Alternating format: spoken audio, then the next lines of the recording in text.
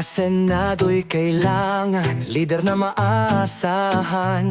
Si Philip Salvador sa serbisyo'y tapat at tunay. Epektibong solusyon, kanyang handog sa bayan. Number 58 sa balota, sa Mayo 12 tandaan. Epektibong serbisyo, hatid ni Ipe sa Senado. Epektibong serbisyo, para sa bawat Pilipino. Epektibong serbisyo, simula ng pagbabago. Number 58 sa balota, ating pagkatiwalaan. Sa mga nangangailangan, siya'y laging nandyan.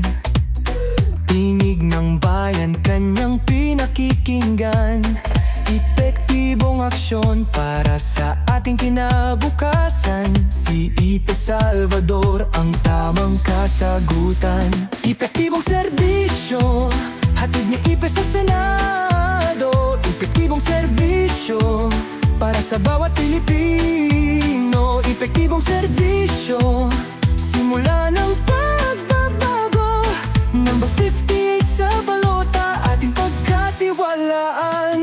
Sa kanyang pamumuno, kapayapa'y isusulong. Droga'y lalabanan, rehabilitasyon ng tugon.